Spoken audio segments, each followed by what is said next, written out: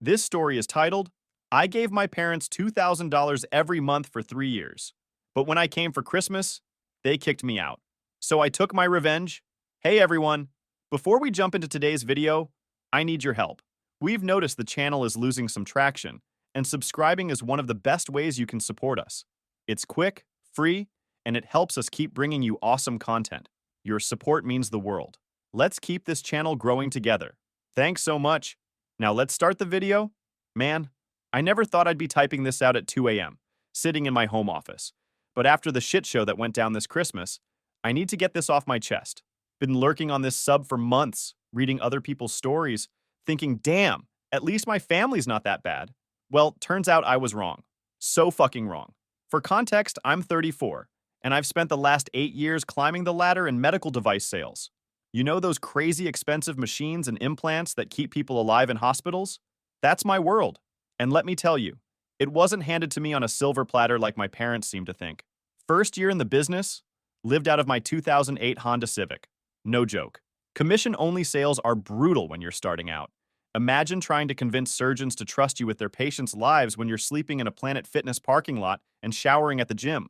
But that's what it took to break into the industry. My parents thought I was insane for giving up my stable office job, boring AF data entry gig that was slowly killing my soul, to pursue this. Why can't you just be happy with a normal job? Was their favorite line back then. But I grinded. Hard. Like wake up at 4:30 a.m., hit the gym by 5, cause looking professional matters in this industry, on the road by 7, and usually don't finish with surgeons until late. Sometimes I'd be in the OR until 9 p.m., watching procedures to learn the equipment better. That first year was hell, but it paid off. Hit top seller in my region 3 years running now, pulling in solid 6 figures. Not trying to flex. Trust me, this matters for the story. Built myself up from literally nothing. Got my own place now. Decent 3-bedroom house in a good neighborhood. Nothing crazy luxurious, but it's mine. And yeah, I'm single. Dated here and there, had a serious relationship that ended last year. She wanted me to slow down and take more vacation. Like, that's not how you stay on top in this industry. My folks never understood that grind mentality. They ran their antique restoration business the same way for 25 years, never tried to expand, never took risks. Speaking of their business, that's where this whole mess started. When COVID hit, everything went to shit. Their shop was actually pretty successful before that. They restored old furniture, did custom work for some high-end clients, had a solid reputation in our city. But when everything shut down, orders dried up overnight. Their regular customers disappeared, new projects got canceled, and suddenly they're sitting on a warehouse full of half-finished pieces and bills they couldn't pay. That's when it started. The calls, the subtle hints about their struggles. They're reminiscing about how they'd always been there for me. And yeah, they had been, in their way. Put a roof over my head, sent me to decent schools, public, but in a good district. Never missed a birthday. So when they needed help, I couldn't say no. Started sending them $2,000 every month. Doesn't sound like much compared to some stories I've read on here, but do the math.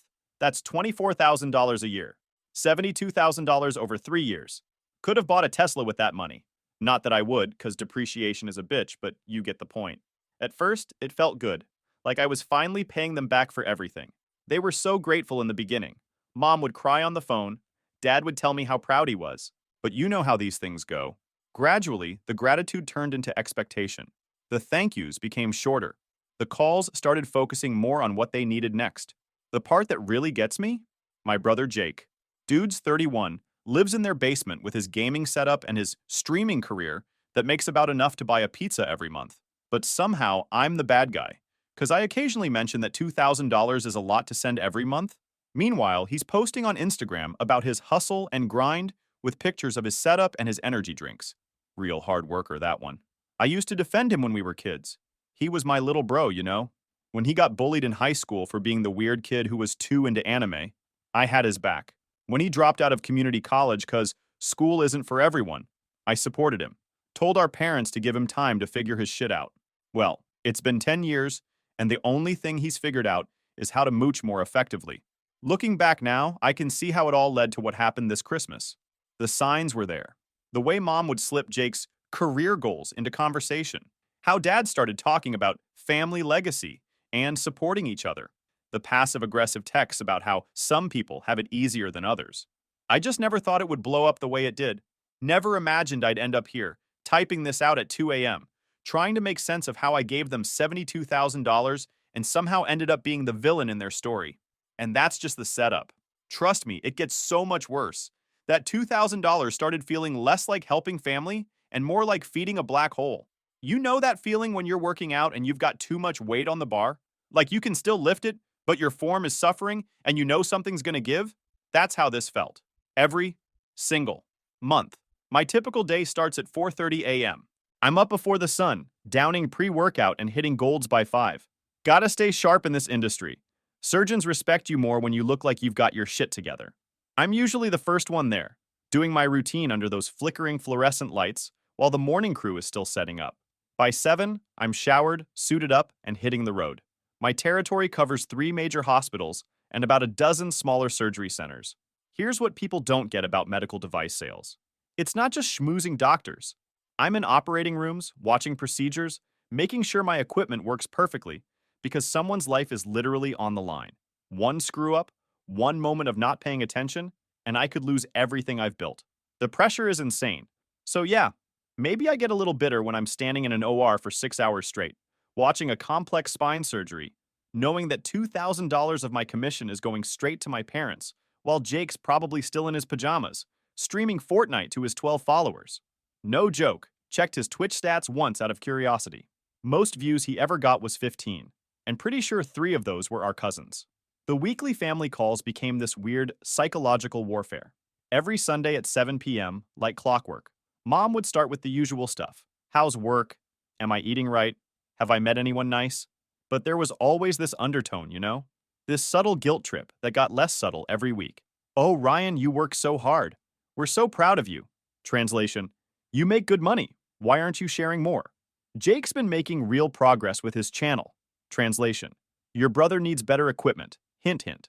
The house needs some repairs, but we're managing. Translation: We're expecting next month's check on time. Meanwhile, Jake's voice would pipe up from the background. Yo, bro, you should check out my latest stream. Hit a new record for subscribers. Yeah, cool story, bro. Pretty sure going from 8 to 9 subs isn't exactly setting Twitch on fire. The thing that really gets me? I'd see his Amazon packages piling up on their porch when I'd visit. New gaming chair, LED lights for his studio, some ridiculous $300 microphone setup.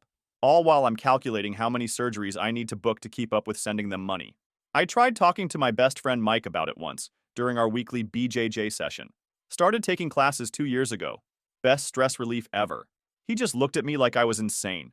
Dude, you're basically paying your brother's allowance at 31. That's messed up. But here's the real kicker. I started noticing weird stuff on social media. Jake would post these long rants about fake successful people and how some folks peaked in high school. Pretty sure those were aimed at me, considering I was the captain of the wrestling team while he was trying to start an anime club. The worst part? Mom would like and comment on these posts. Stuff like, everyone has their own path, sweetie. Like, are you serious?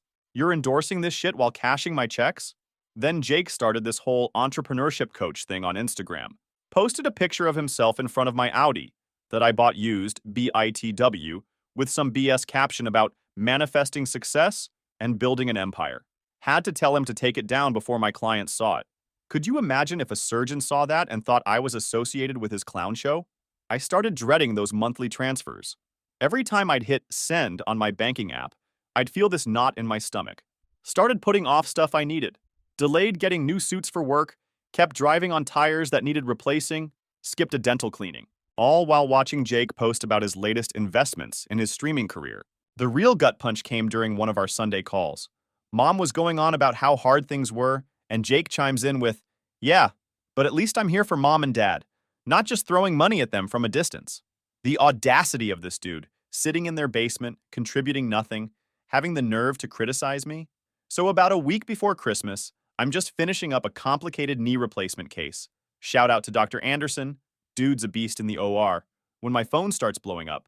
3 missed calls from Mom in the span of 20 minutes. For reference, my mom usually texts once and waits patiently for a response. Multiple calls means something's either really wrong or she's about to drop some serious manipulation. I step out of the OR, still in my surgical scrubs, and call her back. Her voice has that tone. You know the one. That sickly sweet, guilt-dripping tone that makes your stomach drop before she even gets to the point. Ryan, sweetheart, I was just calling about Christmas dinner. Like she's summoning me to court or something. Now, let me paint you a picture of our usual family Christmas. Picture one of those Hallmark movies, then add a healthy dose of passive-aggressive comments, subtract all the joy, and multiply the tension by about 1,000. That's Christmas at my parents' house. But this year, something felt different. Don't forget how important family is, Ryan. We've all sacrificed so much. There it was. The S word. In my family, sacrifice is code for you better show up with your wallet open. Meanwhile, I can hear Jake in the background, probably streaming, his voice doing that fake excited YouTuber thing. Don't forget to smash that like button, fam! I'm standing there in the hospital hallway, still sweating from being in the OR for 4 hours, listening to my mom go on about family tradition while my 31-year-old brother is literally yelling about Twitch subscribers in the background. The contrast was so absurd I almost laughed. But here's where I fucked up. I decided to go big this year. Like, really big. I had just closed a massive deal with a new orthopedic group. Commission hadn't hit yet, but I knew it was coming, and I was feeling generous. Went to Best Buy and dropped $1,800 on this sick 65-inch OLED TV. Top of the line, perfect blacks, 120 Hz refresh rate, the kind of TV normal people look at and think, maybe next year. The sales guy at Best Buy, Kevin, cool dude, actually knows his tech, tried to talk me into the 55-inch instead. Better value for money, he said. But no, I had to be the big shot. Had to prove something. Looking back, Kevin was trying to save me from myself. Kevin, if you're reading this, you were right, bro. While I'm picking out the TV, Jake's blowing up our family group chat with links to his latest streams. Almost at 100 followers. Narrator, he was not almost at 100 followers. Dad's responding with those generic dad emojis that he thinks make him look tech-savvy. Mom's sending heart reactions to everything. Meanwhile, I'm dropping nearly $2,000 on a TV that'll probably end up being used to watch Jake's streams in cinematic quality. The weird thing was, Dad had been acting strange on our calls lately. Usually he's the chattier one, always wanting to talk about sports or complain about the neighbors. But lately, radio silence. He'd get on these family calls and just exist, like a statue that occasionally grunts in agreement with Mom. And Mom? She developed this new habit of ending every conversation with some cryptic comment about big changes coming or family pulling together. Real subtle, Mom. About as subtle as a sledgehammer to the face. I should have seen it coming. The signs were all there. Jake suddenly starting to clean up his streaming room, first time in probably years. Mom asking weirdly specific questions about my work schedule and commission structure. Dad's suspicious silence. It was like watching a horror movie where you're screaming at the protagonist not to go into the basement, except I was the dumbass walking down those stairs. The day before Christmas, I'm at the gym, because gains don't take holidays, and I get this text from Jake. Yo, bro, can't wait to see you tomorrow. Got big news to share. First text he'd sent me directly in months that wasn't a stream link or a request to support the channel. That should have been the final red flag. But no, I'm there doing my deadlifts, thinking maybe he's finally grown up. Maybe he's got a real job. Maybe tomorrow won't be a complete shit show. I wrote this nice card about family and appreciation and all that Hallmark crap. Talked about how proud I was of them for getting through the tough times after their business closed. How I was happy I could help out. Real emotional stuff that probably ended up in the trash before the TV was even unboxed. Christmas morning started with the kind of winter chill that gets into your bones. I remember sitting in my car outside their house for a good 10 minutes. Engine running, heat on full blast, just watching my breath fog up the windows. The Audi's leather seats were cold against my back, and that $1,800 TV was taking up so much space, I had to angle the rearview mirror just to see anything. It was barely 11 a.m., but I'd already hit the gym. Holiday gains are still gains. Meal prepped for the week, discipline doesn't take holidays. And wrapped that damn TV 3 times because the corners kept tearing. You know that scene in war movies where the soldier takes one last look at a photo before going into battle? That's how I felt checking my banking app, staring at that $2,000 transfer I'd made 2 days early as a Christmas surprise. 3 years of transfers, never missed one, never late. The things we do for family, right? The moment I walked up to their door, I knew something was off. You know how your childhood home has this specific smell? Like a mix of whatever your mom cooks and the fabric softener she's used since the 90s? That smell hit me like a wall, but there was something else in the air. Tension. The kind you can taste. Mom opened the door with what I call her real estate agent smile. All teeth, no warmth. She was wearing this Christmas sweater I'd bought her last year. probably for the guilt points. Barely made eye contact as she ushered me in, immediately disappearing into the kitchen with some excuse about checking the turkey. The living room looked like a Twitch streamer's idea of Christmas decor. Jake had apparently convinced them to set up RGB light strips along the ceiling. It's for the holiday aesthetic, Mom. His streaming setup was visible through the basement door. More lights, multiple monitors, and what looked like a new gaming chair. Cool to see where my support money was going.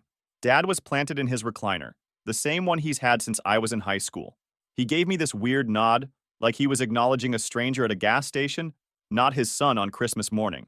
The TV was playing some basketball game, but his eyes were glued to his phone, probably checking Jake's latest subscriber count or whatever. Speaking of Jake, my brother made his grand entrance about 15 minutes after I arrived.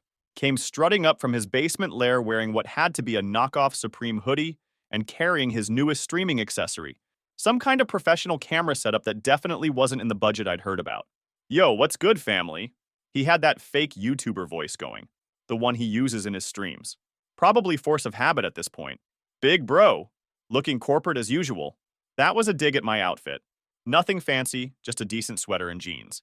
But apparently anything that's not covered in anime characters counts as corporate in Jake's world. The TV handoff was awkward as hell. I'd barely got the wrapping paper off when Jake started talking about how this would be perfect for his streaming room. Mom jumped in with some weak, "Oh, but it should stay in the living room, honey," while Dad just kept staring at his phone. Cool, cool. Just the $1,800 family TV becoming a Twitch backdrop. No big deal. Dinner started like a hostage negotiation. Everyone walking on eggshells, passing dishes with forced smiles. Mom's turkey was dry, but I was shoveling it down just to have something to do besides talk. The silence was thick enough to cut with the fancy knife set I'd bought them last Christmas, which, by the way, looked suspiciously unused. Then Jake dropped the bomb. Must be nice having all that extra cash while your family struggles. He said it with a mouthful of mashed potatoes, not even looking up from his plate. The words hung in the air like smoke, and I swear the temperature in the room dropped 10 degrees.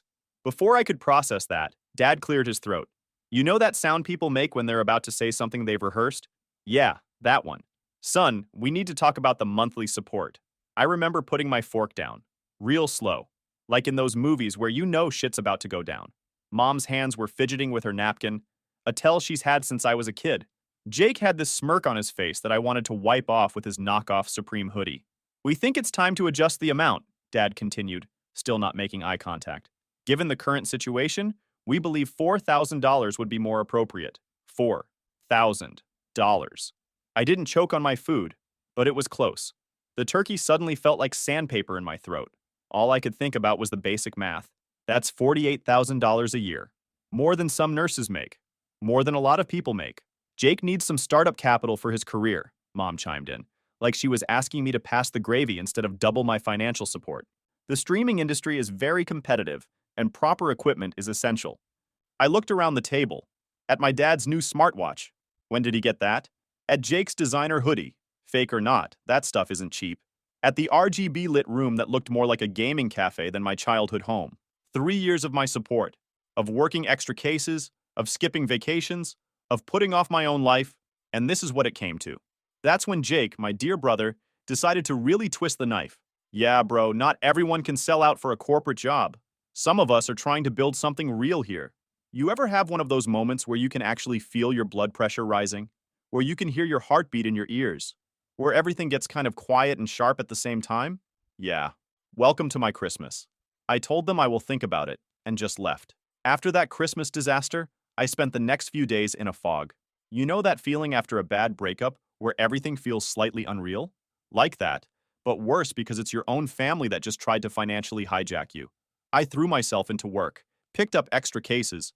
Shout out to the ER docs who actually appreciate someone showing up at 3 a.m. for emergency surgeries, and practically lived at the gym. Speaking of the gym, that's where everything started unraveling. 3 days after Christmas, I'm at this bougie fitness center near the hospital. It's one of those places with actual towel service and water that comes in glass bottles, the kind of place I'd never have dreamed of joining before this job. I justify the expensive membership because it's where a lot of the surgeons work out, and in medical device sales, relationships are everything. I'm in the middle of my deadlift set, 545 for reps, since everyone keeps DMing me about my routine. When I hear someone call my name, look up to see Mike Peterson, this guy I went to high school with. Mike's in real estate now, does high-end properties in our area. We do that awkward, I'm trying to be friendly, but also I'm drenched in sweat conversation that happens at gyms. Then he says something that makes me drop the barbell mid-rep. Hey, saw your parents last week. They're looking at some sweet vacation properties down in Florida. Must be nice to retire in style, right? The sound of 545 pounds hitting the platform got some looks, but I barely noticed. Vacation properties? Florida? What the actual fuck? What do you mean vacation properties? I managed to ask, trying to sound casual while my brain was short-circuiting. Mike, bless his unsuspecting heart, just keeps going. Oh yeah, they're looking at this nice community near Naples. Pretty high-end stuff. They mentioned something about selling their business for a good chunk of change a few months back. Smart move in this market. I must have looked like I was having a stroke, because Mike quickly changed the subject to asking about protein powder recommendations. But the damage was done. My parents, who I'd been supporting for 3 years because they lost everything in the pandemic, had apparently sold their business and were shopping for vacation homes. Part of being successful in medical device sales is being able to investigate and network. So I did what any betrayed son with a lot of professional contacts would do. I started digging. First call was to Tom, my buddy who works at the bank where my parents have their business accounts. We play poker together monthly, and he owed me for covering his buy-in last game. Hey man, weird question, but what happened to that antique restoration business on Oak Street? Tom's response was interesting. Really interesting. Oh yeah, they sold it in September. Pretty good deal from what I heard. Why? September. They sold the business in September, 3 months ago, while still cashing my $2,000 checks. Next call was to Sarah, who works at the real estate office handling commercial properties in our area. We dated briefly last year, ended things amicably. Hey, remember that furniture restoration shop my parents owned? Any idea what it sold for? She couldn't give me exact numbers, confidentiality and all that, but she did drop a hint. Let's just say they won't be worrying about bills for a while. But here's where it gets really good. Remember Jake's streaming setup? Those fancy new electronics? That professional camera? I started going through his Amazon reviews. Yes, he actually reviews everything he buys like he's some tech influencer. The timestamps on his purchases lined up perfectly with my monthly transfers. They weren't using my money for bills. They were funding Jake's wannabe influencer lifestyle. I went full detective mode. Started pulling up old text messages, bank statements, everything. Made a spreadsheet, yeah, I'm that guy, tracking when I sent money versus when Jake suddenly got new streaming equipment. The pattern was so obvious it was almost funny, except it wasn't funny at all. Remember that Christmas sweater Mom was wearing? The one I bought her last year? Found the exact same one listed for sale on her Facebook Marketplace. Posted 2 days after Christmas. Description, new with tags, unwanted gift. I spent 3 years sending them $2,000 a month. That's $72,000 total. For perspective, that's more than a down payment on a decent house. The cost of a Tesla Model 3, 4 years of in-state college tuition, 36,000 cups of coffee, which I clearly needed to wake up and see what was happening. And what did they do with it? Funded Jake's pipe dreams and apparently went house hunting in Florida. The real gut punch? Found an old email thread between my parents and their business broker from August. They hadn't lost everything during the pandemic. They'd actually pivoted to online sales and done pretty well. The business sold because they wanted to retire, not because they were struggling. Everything. The sad phone calls, the guilt trips, the stories about struggling to pay bills. It was all a script. A long con, written and performed by my own family, with me as the unwitting ATM. You ever have one of those moments where you're so angry that everything becomes crystal clear? Like weirdly calm, but in an I might actually flip a table kind of way? That was me, pulling up to my parents' house at 8:06 p.m. on a Tuesday night, still wearing my suit from a day of surgical cases. I'd spent the afternoon in a complex spinal fusion, watching a surgeon literally reconstruct someone's backbone. Funny how life gives you these little metaphors, right? Because that's exactly what I needed. A backbone. My Audi's headlights lit up their garage door like a spotlight. Dad's new car was there. A fresh BMW 3 Series that apparently manifested out of their struggling finances. Real subtle, guys. Really selling that poverty narrative. Still had my key. Ironic, given how they'd locked me out emotionally years ago. The house was warm, TV going in the living room, my TV, the $1,800 OLED I'd bought them for Christmas, now playing some Twitch stream. Jake's stream, to be specific. Because of course it was. Mom was in her reading chair, scrolling through Zillow, probably checking Florida property prices. Dad was pretending to read the newspaper while actually watching Jake's stream on his phone. And there was Jake himself, sprawled on the couch like some wannabe tech mogul, talking into his new microphone about building an authentic brand to his dozen viewers. The family tableau. Picture perfect. Until I dropped a thick manila envelope on the coffee table. We need to talk. Jake actually jumped. Mom's phone slipped from her hands. Dad. Dad just got very still, like prey animals do when they spot a predator. They knew. They all knew exactly what was in that envelope. Ryan, honey, we weren't expecting, Mom started, but I cut her off. Clearly. I pulled out the first document. So, funny story. Ran into Mike Peterson at the gym. You remember Mike? Real estate guy? He mentioned something interesting about vacation properties in Florida. The color drained from Mom's face. Dad suddenly found his newspaper fascinating. But that got me thinking, why would my struggling parents who need $2,000 a month to survive be looking at vacation homes? So I did some digging. I started laying out papers like dealing cards, business sale documents from September, bank statements, Jake's Amazon purchase history, even found your old email threads with the business broker. Jake tried to interrupt. Bro, you're making this weird. I'm making this weird. The laugh that came out of me didn't sound entirely sane. You literally wrote, convince R to increase monthly support on your content strategy board. I saw the Instagram post, Jake. Real professional, by the way. Really selling that influencer lifestyle. Mom tried damage control. Sweetheart, we can explain. Explain what? How you sold the business for a profit while telling me you were struggling? How you used my money to fund Jake's midlife crisis? Or maybe explain this. I pulled out a printed screenshot of her Facebook Marketplace listing, the Christmas sweater I'd bought her. At least wait until I leave before reselling my gifts, Mom. Dad finally spoke up, his voice carrying that authoritative tone he used when we were kids. Now listen here. No, you listen. 3 years of suppressed rage has a way of making your voice carry. I spent 3 years sending you $72,000. I skipped vacations, delayed buying a house, put off my own life, and the whole time, you were lying to me. Jake made the mistake of smirking. Not our fault you're dumb enough to... I took one step toward him. Just one. But those BJJ classes must have shown in my movement, because he literally sank deeper into the couch. Funny how a basement-dwelling streamer loses his nerve when confronted by someone who doesn't just talk tough in a gaming chair. I've got an itemized list of everything you bought with my money, I continued, pulling out more papers. The streaming equipment, Dad's BMW, the Florida property viewings. Even found the receipt for Jake's fake Supreme merch. Real, authentic brand building there, bro. Mom was crying now. Not the manipulative tears I'd seen before, but real ones. Dad looked like he'd aged 10 years in 10 minutes. Jake was trying to disappear into the couch cushions. Here's what's going to happen, I said, my voice steady.